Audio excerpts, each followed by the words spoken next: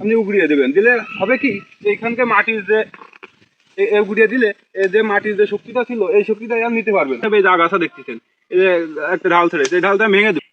আসসালামু আলাইকুম, আশা করি সবাই ভালো আছেন। এই যে পেঁপে গাছটা দেখতেছেন, এই পেঁপে গাছটার বয়স মাত্র 2.5 মাস। এই 2.5 মাসে দেখেন কত সুন্দর পেঁপে ধরেছে, এবং ছোট গাছ থেকে পেঁপে ধরেছে। এবং আমার বাগানে অনেকগুলো পেঁপে গাছ আছে, অনেকগুলো। এখানে কিছু মদ্দা গাছ আছে, কিছু মায়া গাছ আছে। এই যে এটা মায়া গাছ, এতে প্রচুর ফলন হবে। এগুলো আসছে খুব ভালো একটা জাত। এই যে পেঁপে গুলো ধরছে, হ্যাঁ, এতে প্রচুর শক্তির দরকার। এখন এর গোড়া সবসময় পরিষ্কার রাখতে হবে। এই যে আগাছা দেখতেছেন, এই যে একটা ঢাল ছেড়েছে, এই ঢালটা ভেঙে দেবো। এই ভেঙে দিলে এই ঢাল থেকে যে শক্তিটা টানবে গাছ থেকে, সেই শক্তিটা আর গাছে টানতে পারবে না। সো এই পেঁপেগুলো আরো বেশি পুষ্টিকর হবে এবং অনেক সাইজে বড় হবে এবং খুব দ্রুত ফলন পাওয়া যাবে। এই যে আরো যা আছে এগুলো আমরা ভেঙে দেবো টুকটাক করে, তাহলে আমাদের ফলনগুলো খুব ভালো হবে। আসুন আপনাদেরকে একটা মদ্দা গাছের বিবরণ দিই। আসুন,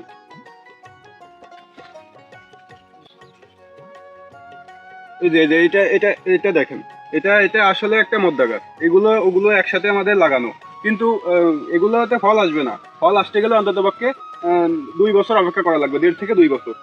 আর একটা পদ্ধতি আছে, এর মাথায় একটা ফুটো করে দেওয়া, একটা সিদ্ধ করে এটাকে মায়া বানানোর চেষ্টা করা। কিন্তু ওতে আহামরি ভালো, অনেক ইউটিউবে দেখবেন যে ভালো ফল দেখাচ্ছে, কিন্তু আসলে ওগুলোতে অত ভালো হয় না। এগুলো অযথা যদি আপনি আপনার জায়গা অনেক থাকে তাহলে রাখতে পারবেন। আপনার জায়গা যদি সংকট থাকে তাহলে এগুলো রাখার দরকার নেই। এগুলো আপনি উগড়িয়ে দেবেন। দিলে হবে কি, এইখানকে মাটির যে উগড়িয়ে দিলে যে মাটির যে শক্তিটা ছিল এই শক্তিটা আর নিতে পারবে না। আমাকে এটা মনে করতে হবে আগাছা। আপনার যদি বাড়ির আঙ্গিনা বা অন্য কোথাও যদি অনেক জায়গা থাকে তাহলে এই পেঁপে গাছগুলো আপনি রেখে দিতে পারবেন, কারণ এতে যে ফলগুলো আসবে সেই ফলগুলো 2 বছর 1.5 বছর পরে আসবে এবং তাতে খুব স্বাদ। এই ফলগুলো ছোট ছোট হলেও থুকায় দিতে হলে এটা খাইতে কিন্তু খুব স্বাদ। কিন্তু আমার এখানে জায়গা স্বল্পতা, কম জায়গা, যার কারণে আমি এটা রাখতে চাচ্ছি না। এটা আমি উগড়িয়ে দেবো, কারণ এখানে আমি নতুন করে আবার চারা রোপণ করবো।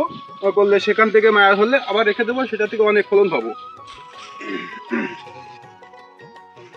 আচ্ছা, আমার এই বাগানে দেখেন অনেকগুলো পেঁপে গাছ আছে।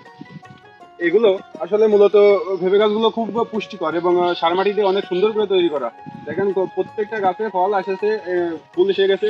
এই কিছুদিনের ভিতরে সবকিছু কিন্তু সুন্দর করে আমরা এই যে ফসল পাবো। এই যে দেখেন এই গাছটার দিকে একটু লক্ষ্য করেন। এই গাছটা আমাদের এই একসাথে গাছ, একই পলির গাছ একই সাথে লাগানো, কিন্তু এই গাছটা ঘেনা হয়েছে এবং এর পুষ্টিকর কম হয়েছে। এর কারণটা আপনাদেরকে দেখাই। এই যে দেখেন, এর গোড়ায় কিন্তু অনেক আগাছা ছিল, আমি একবার এগুলো পরিষ্কার করেছি।